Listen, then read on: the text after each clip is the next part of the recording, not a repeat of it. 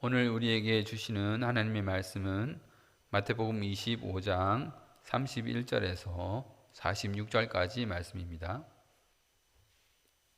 마태복음 25장 31절에서 46절까지 말씀입니다.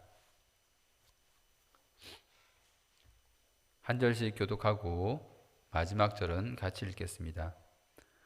인자가 자기 영광으로 모든 천사와 함께 올 때에 자기 영광의 보좌에 앉으리니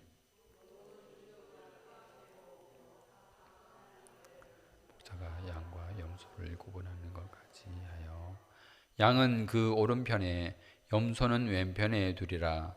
그때 임금이 그 오른편에 있는 자들에게 이르시되 내 아버지께 복받을 자들이여 나와 창세로부터 너희를 위하여 예비된 나를 상속받으라.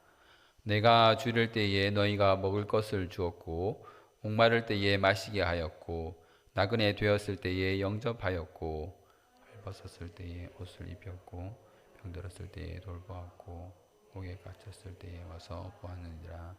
이에 의인들이 대답하여 이르되 주여 우리가 어느 때에 주께서 줄이신 것을 보고 음식을 대접하였으며 목마르신 것을 보고 마시게 하였나이까. 어느 때 나그네신 것을 보고 영접하였으며 헐벗으신 것을 보고 옷 입혔나이까. 어느 때에 병드신 것이나 옥에 갇히신 것을 보고 가서 배웠나이까 하리니 금이 대답하여 이르시되 내가 진실로 너희에게 이르노니 너희가 여기 내 형제 중에 지극히 작은 자 하나에게 한 것이 곧 내게 한 것이니라 하시고 또 왼편에 있는 자들에게 이르시되 저주를 받은 자들아 나를 떠나 마귀와 그 사자들을 위하여 예비된 영원한 불에 들어가라. 내가 줄일 때에 너희가 먹을 것을 주지 아니하였고 목마를 때에 마시게 하지 아니하였고 나그네 되었을 때에 영접하지 아니하였고 헐벗었을 때에 옷 입히지 아니하였고 병들었을 때와 옥에 갇혔을 때에 돌보지 아니하였느니라 하시니 대답하여 이르되 주여 우리가 어느 때에 주께서 줄이신 것이나 목마르신 것이나 나그네 되신 것이나 헐벗으신 것이나 병드신 것이나 옥에 갇히신 것을 보고 공경하지 아니하더니까. 이에 임금이 대답하여 이르시되 내가 진실로 너희에게 이르노니 이 지극히 작은 자 하나에게 하지 아니한 것이 곧 내게 하지 아니한 것이니라 하시리니. 다 같이 읽겠습니다. 그들은 영벌에 의인들은 영생에 들어가리라 하시니라. 아멘. 오늘 우리가 살펴볼 이 양과 염소의 비유는 예수님께서 잡히시기 전에 마지막에 말씀하신 내용입니다. 그 바로 뒤에 보면 26장이 나오는데 예수님이 제자들에게 이렇게 말씀하십니다. 26장 2절 너희가 아는 바와 같이 이틀이 지나면 유월절이라 인자가 십자가에 못 박히기 위하여 팔리리라 하시더라 라고 말씀하시면서 그 주간에 예수님이 그러니까 본인이 잡히시고 십자가에 못 박히신다는 것을 직접 말씀하셨습니다. 이 비유는 다른 복음서에는 나타나지 않는 마태복음에만 기록되어 있는 본문입니다. 예수님은 십자가를 앞에 두고 어떤 말씀을 제자들에게 하셨을까요? 오늘 비유의 내용을 꼼꼼히 한번 살펴보도록 하겠습니다. 그런데 시작부터 좀 염두에 둘 것은 사실 그 오늘의 내용은 엄밀하게 말하면 비유가 아닙니다. 사실은 이 모든 내용이 주님이 재림하실 때에 실제로 일어날 일들이기 때문에 본문의 내용 전체는 비유라고 할 수 없습니다. 단지 믿는 자를 양으로 또 믿지 않는 자를 염소로 빗대어 말했기 때문에 사람들이 흔히 양과 염소의 비유라고 그렇게 말을 하고 또 그렇게 알고 있는 것입니다. 자, 이제 먼저 본문을 살펴보면 예수님은 자신이 영광 중에 재림하실 것이라고 말씀하고 있습니다. 31절입니다. 인자가 자기 영광으로 모든 천사와 함께 올 때에 자기 영광의 보좌에 앉으리니 이렇게 말씀하셨죠. 예수님이 천사와 함께 오시는데 예수님 자신의 영광의 보좌에 앉으신다라고 말씀하십니다. 여기서 예수님이 보좌에 앉으신다라고 말씀하고 있는데 이 보좌가 의미하는 바가 뭘까요? 여러분, 보좌 하면 어떤 느낌이 드십니까? 성경에서는 보좌가 어떤 것을 상징하고 또 어떤 것을 말하는 것일까요? 헬라어로 보좌는 스론이라고 합니다. 들어보셨습니까? 왕자의 게임이나 이런 데 보면 가끔 나오기도 하죠. 왕자, 세상 말로는 이것을 왕좌라고 말합니다. 왕자가 뭐죠? 왕이 앉는 의자, 왕이 앉는 의자를 왕자라고 하고 이것을 우리 교회에서는 보좌 이렇게 말을 하죠. 자, 왕좌에 앉은 왕이 무엇을 합니까? 왕이 무엇을 하죠? 왕은 백성을 통치하고 다스리는 일을 하죠. 마찬가지로 성경에서 보좌가 나오면 하나님께서 그 보좌에 앉으시고 그 보좌 아래에 있는 백성들을 통치하고 다스리시는 그런 역할을 한다는 것을 의미하고 있습니다. 그럼 그 백성을 어떻게 통치하고 다스릴까요? 오늘 본문을 보면 심판과 판단 그리고 재판으로 그 백성을 통치하고 다스리는 것입니다. 열왕기상 7장 7절 말씀입니다. 또 심판하기 위하여 보좌의 주랑 곧 재판하는 주랑을 짓고 온 마루를 백향목으로 덮었고, 이 부분은 솔로몬 왕이 왕궁을 지을 때에 그 보좌에 대해서 보좌에 관해서 말한 내용입니다. 무엇을 하기 위해서 보좌를 만들었다고 합니까? 심판, 그렇죠? 재판. 그렇게 말하고 있습니다. 역대하 18장 18절입니다. 미가야가 이르되 그런즉 왕은 여호와의 말씀을 들으소서. 내가 보니 여호와께서 그의 보좌에 앉으셨고 하늘의 만군이 그의 좌우편에 모시고 섰는데. 자, 여러분들 생각해 보세요. 하나님이 보좌에 앉으셨고 좌우로 그 만군이 하늘에 있는 만군이 그 좌우편에 하나님을 모시고 섰다는 것입니다. 잘 생각이 안 나시면 영화를 보셨을 때에 왕 좌우편에 있는 신하들을 생각하시면 됩니다. 선지자 미가야가 아합 왕에게 그 하늘의 어전 회의를 묘사하면서 예언할 때 한 말이었습니다. 여호와께서 어디에 앉아 계시다고요? 보좌에 앉으셨다고 말합니다. 자, 여호와께서 보좌에 앉으셔서 아합에 대해서 말씀하시는 지금 상황입니다. 자, 그러면 아합은 어떻게 될까요? 아합은 하나님에게 재판을 받게 됩니다. 하나님께 심판을 받게 되는 것이죠. 자, 보좌에 대해서 직접적으로 말씀하시는 곳은 시편입니다. 시편 9장 7절에서 8절 말씀입니다. 여호와께서 영원히 앉으시며 심판을 위하여 보좌를 준비하셨도다. 공의로 세계를 심판하시며 정직으로 만민에게 판결을 내리시리로다. 하나님께서 그 보좌에 영원히 앉으시고 심판 그리고 재판을 하시는 것입니다. 그런데 어떻게 심판하십니까? 정직으로, 공의로, 정직으로 재판하시는 것입니다. 이게 단순히 우리가 생각하는 그런 공의와 그런 정직 정도가 아닙니다.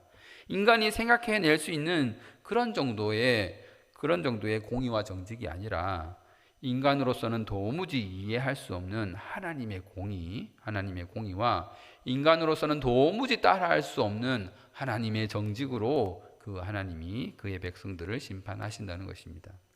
그런데 오늘 예수님께서 자신이 그 보좌에 앉으신다고 말씀하시고 계신 것입니다. 여러분, 재림하시는 예수님은 심판주로 오신다는 것을 명심하시기 바랍니다. 제가 이 말을 드리면 여러분들 좀 놀라실 것 같은데, 여러분들 심판주로 오신다고 해서 여러분 크게 놀라실 필요는 없습니다. 여러분들 그 심판주 앞에서 벌벌 떨라고 이런 말씀을 드리는 것이 아닙니다. 우리는 원래 그래야 되죠. 심판 앞에서 벌벌 떨고 어쩔 줄 몰라 해야지 맞는 자들이 맞습니다. 그런데 예수님께서 그 모든 죄를, 우리의 모든 죄를 다 사하시고 우리를 하나님의 진노에서 구원하셨으니 여러분들은 그 심판에서 안심할 수 있는 자라는 그런 기쁨과 즐거움을 누리셔야 합니다.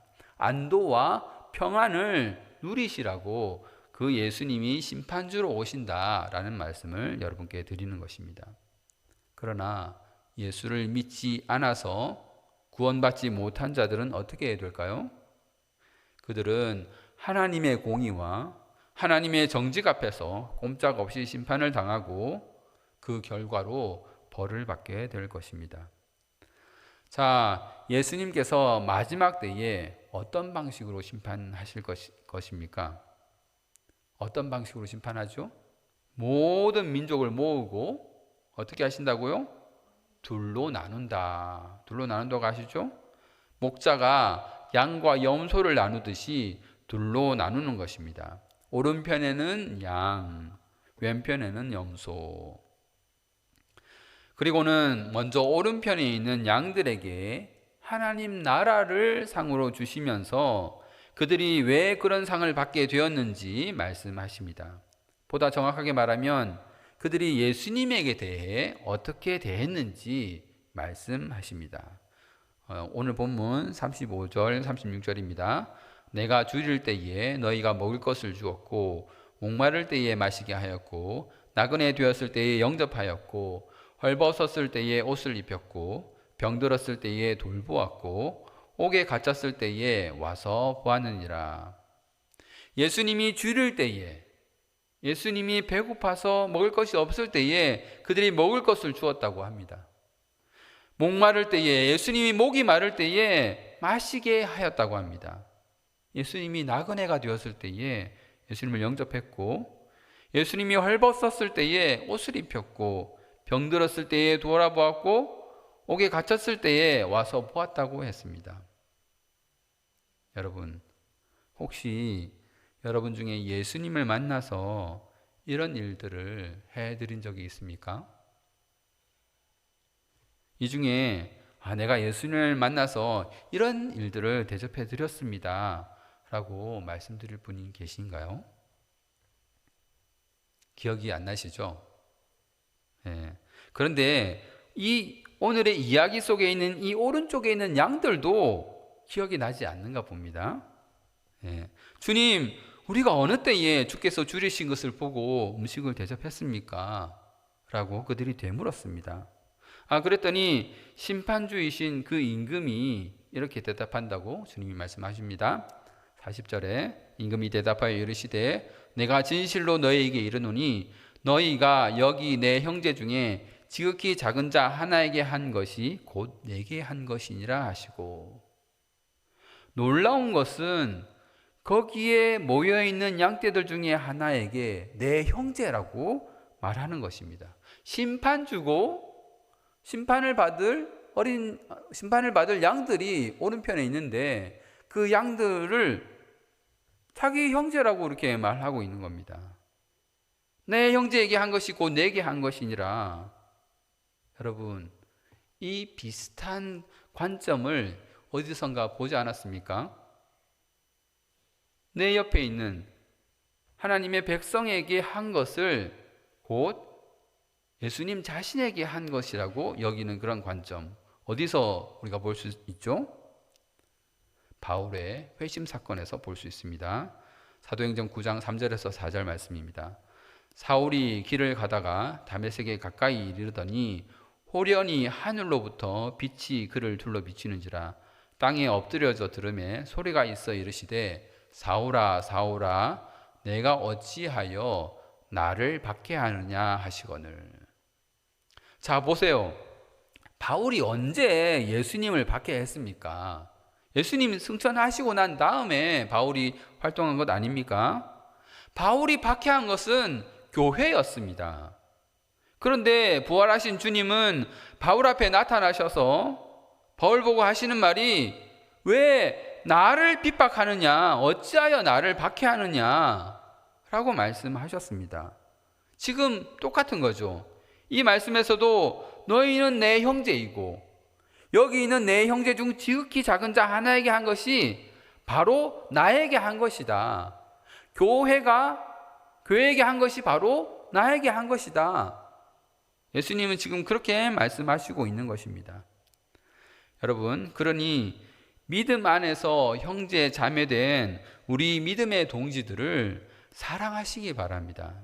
그것이 바로 예수님 사랑인 것입니다. 여러분의 이웃된 형제자매, 믿음의 형제자매를 사랑하는 것이 이웃사랑이 곧 예수님 사랑인 것입니다. 한편 왼편에 있는 염소들에게는 무엇이라고 말씀하십니까? 너희들은 내가 그와 같을 때에 나를 돌아보지 아니했다. 그러자 그들도 대답합니다. 뭐라고 대답합니까? 주여, 우리가 어느 때에 주께 공양하지 아니하더이까? 좀 더 실감난 뉘앙스를 넣어서 얘기를 하면, 아니 주님, 우리가 언제 안 했습니까? 내가 교회의 형제 자매들을 돌보았던 것을 기억한다는 거죠. 내가 교회에 있는 형제 자매들을 돌보았습니다. 내가 언제 안 했습니까? 나는 기억하는데 왜 예수님 당신은 기억하지 못하십니까? 라는 말이죠. 예수님에게 따지듯이 묻고 있습니다. 그런데 성경에 또 이와 비슷한 구절이 있습니다. 마태복음 7장 21절에서 23절 말씀입니다. 나더러 주여 주여 하는 자마다 다 천국에 들어갈 것이 아니요 다만 하늘에 계신 내 아버지의 뜻대로 행하는 자라야 들어가리라. 그날에 많은 사람이 나더러 이르되 주여 주여 우리가 주의 이름으로 선지자 노릇하며 주의 이름으로 귀신을 쫓아내며 주의 이름으로 많은 권능을 행하지 아니하였나이까 하리니 그때에 내가 그들에게 밝히 말하되 내가 너희를 도무지 알지 못하니 불법을 행하는 자들아 내게서 떠나가라 하리라. 어떻습니까? 놀랍도록 비슷하죠. 내가 선지자 노릇했고 주의 이름으로 귀신을 쫓아냈고 주의 이름으로 많은 권능을 행하지 않았습니까? 그런데 왜 나를 모른다 하십니까? 내가 목사 노릇하고 내가 장로로 섬겼으며 내가 집사로서 일했는데 주님 왜 나를 모른다 하십니까? 그런데 놀랍게도 주님의 대답은 무엇입니까? 내가 너희를 도무지 알지 못하니 불법을 행하는 자들아 내게서 떠나가라. 여러분, 여기서 우리는 몇 가지 사실을 알 수 있습니다. 교회에 왔다 갔다 한다고 다 구원받는 것 아닙니다. 성경 말씀을 조금 안다고 그래서 하나님에 대해서 예수님에 대해서 해박한 지식을 가지고 있다고 해서 구원받는 것 아닙니다.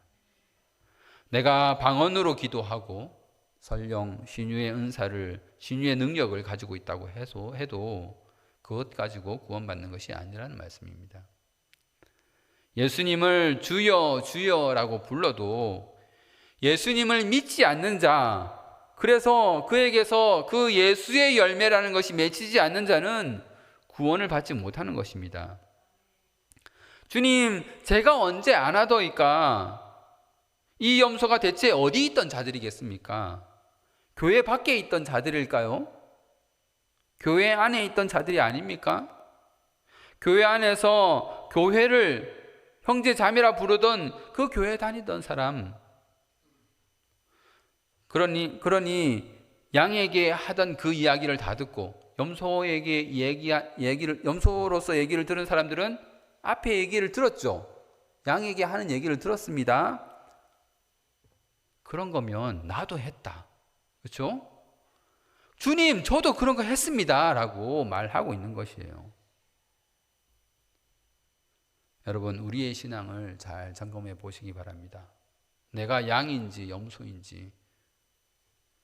또 하나 생각해 봐야 할 것은 정말 했느냐 하지 않았느냐 하는 것으로 영생과 영벌이 나누어지는가 하는 것입니다.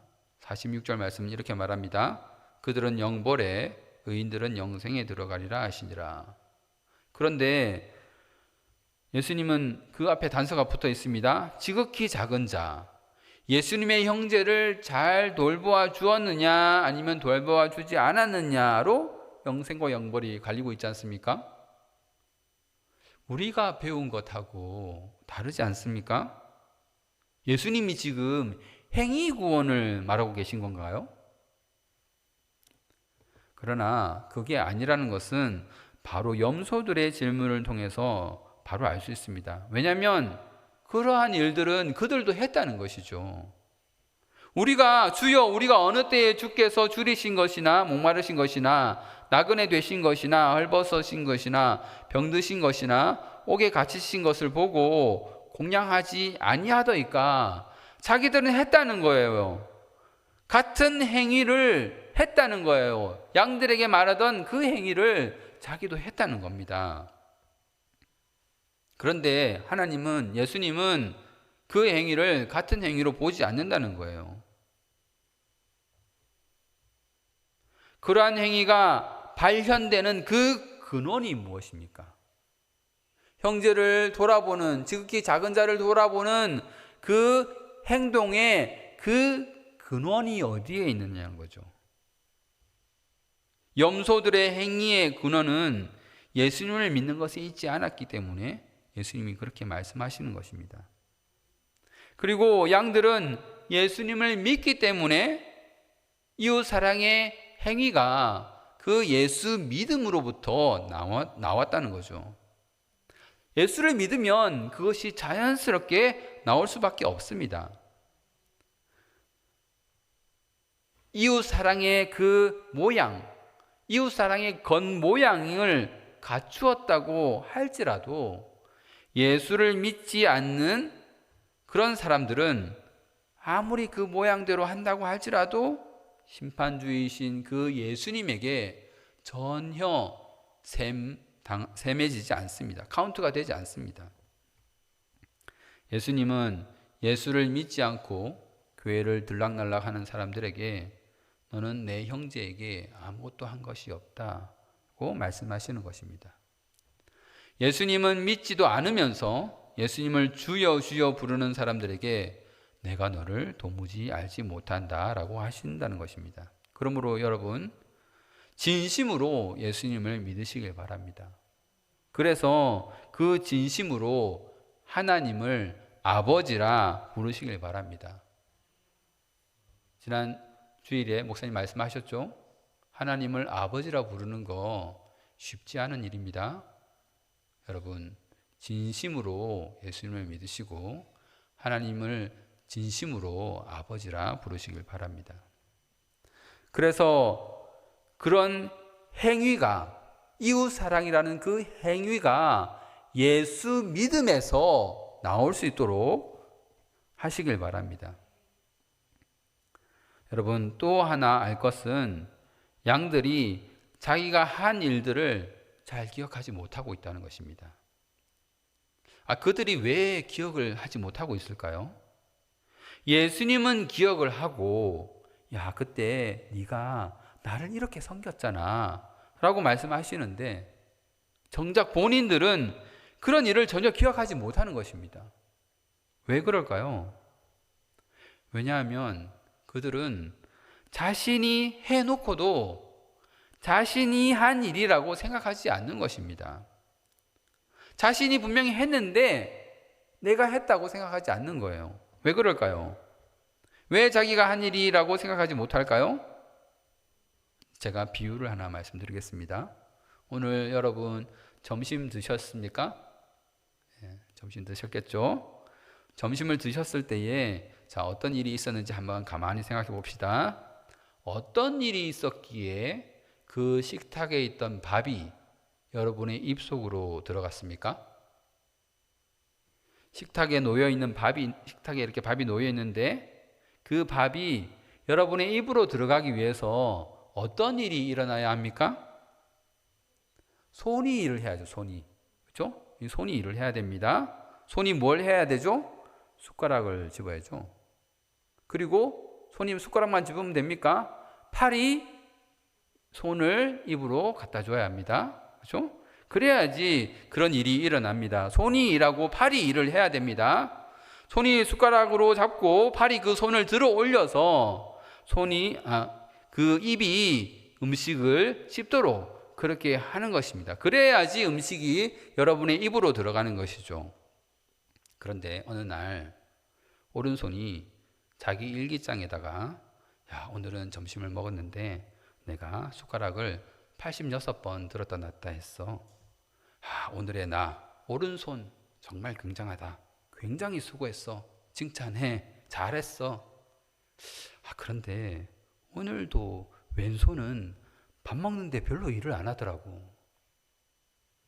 아니, 밥 먹는데 왜 왼손은 허벅지 밑에 가서 처박혀 있는 거지?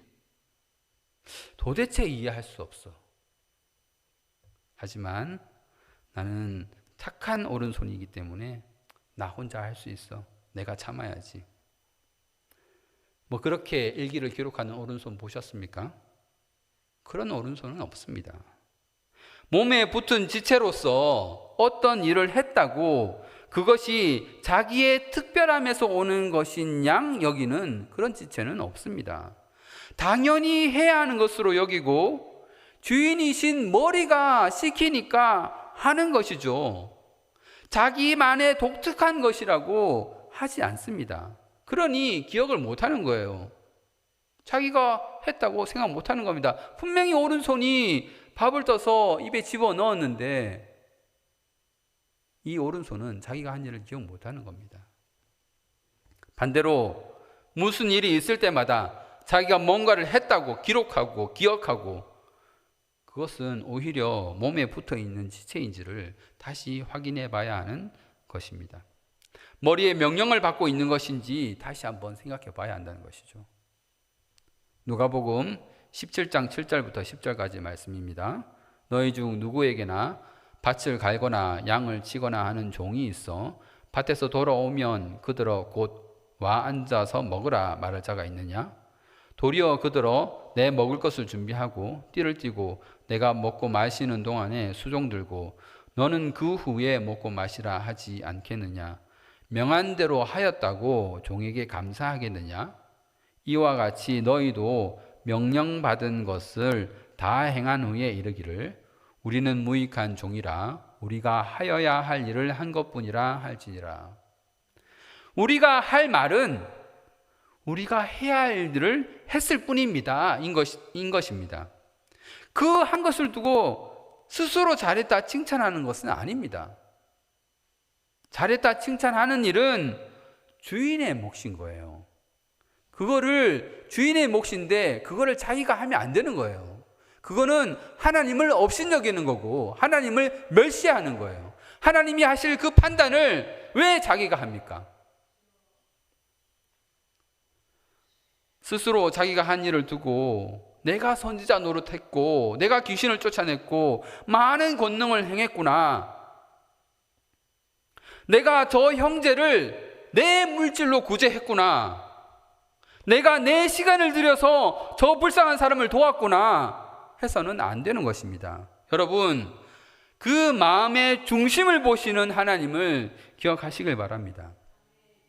말씀을 맺도록 하겠습니다. 여러분, 우리는 예수님의 오른편에 있는 양입니까? 아니면 왼편에 있는 염소입니까? 여러분의 그 신앙 중심을 들여다보시길 바랍니다. 아주 중요한 문제입니다. 영생과 영벌이 갈라지는 문제라고 하지 않습니까? 마지막 때는 결코 그것을 돌이킬 수가 없습니다. 심판의 날이 아직 많이 멀었다고 생각하십니까? 2000년 전부터 예수님이 오시길 교회는 기다리고 있건만 아직까지도 예수님 오지 않으셨으니 적어도 2000년의 시간이 남은 것일까요? 적어도 2000년 동안은 2000년이 한 번 더 오기 전까지는 예수님이 안 오실까요? 세상에게는 아마 2000년이 남았을지 모르겠지만 여러분들에게도 2000년이 남았을까요? 오늘 우리의 일상을 살다가 오늘 밤에라도 주님이 부르시면 하던 거 다 내려놓고 가야 하는 것 아닙니까? 우리에게 2000년이 남았나요? 여러분의 이웃 사랑이 예수님을 믿는 그 믿음에서 나오는 것인지를 다시 한번 확인하셔야 합니다. 다시 한번 말씀드리겠습니다. 예수님이 심판 때에 이렇게 말씀하실 겁니다. 내 지극히 작은 자에게 한 것이 곧 나에게 한 것이다. 그러므로 여러분의 그 이웃 사랑이 예수를 믿는 믿음에서 나온 것인지 다시 한번 확인하시기 바랍니다. 그래서 그 주인 되신 주님의 명령 앞에 당연하게 순종하는 여러분들 되시기를 바랍니다. 누구에게 인정받고 싶어서 내가 한 일을 누가 좀 알아봐 줬으면 하는 그런 마음으로 해서는 안 되는 것입니다. 이웃을 돕고는 그것을 가지고 율법교사처럼 자기를 옳게 보이려고 일기장에 그렇게 기록하지 않으셔도 됩니다. 너무나도 자연스럽고 당연해서 나조차도 내가 했다고 인식하지 못하면 그것이 잘하는 것입니다. 오히려 하나님이신 예수님이 내 아들 참 잘했구나, 네가 참 잘했구나, 네가 정말 수고 많았다 하고 칭찬해 주실 것입니다. 우리는 기억력이 짧아서 다 기억하지 못합니다. 그러나 모든 것을 아시는 그 예수님께서 심판날에 다 기억하시고 여러분들을 칭찬하실 것입니다. 그러니 일을 하고 까먹어도 됩니다. 여러분들 이웃을 사랑하고 그것을 까먹어도 됩니다. 일기장에 안 적으셔도 됩니다. 기억하지 않으셔도 됩니다. 마음 편하게, 당연하게, 자연스럽게 여러분들의 이웃을 사랑하시길 바랍니다. 오늘 말씀을 들은 우리 모두가 심판주로 오시는 그 예수님 앞에서 오른쪽에 있는 그 양의 무리에 서 있게 되는 여러분들 되시기를 주님의 이름으로 소망합니다. 들은 말씀을 듣고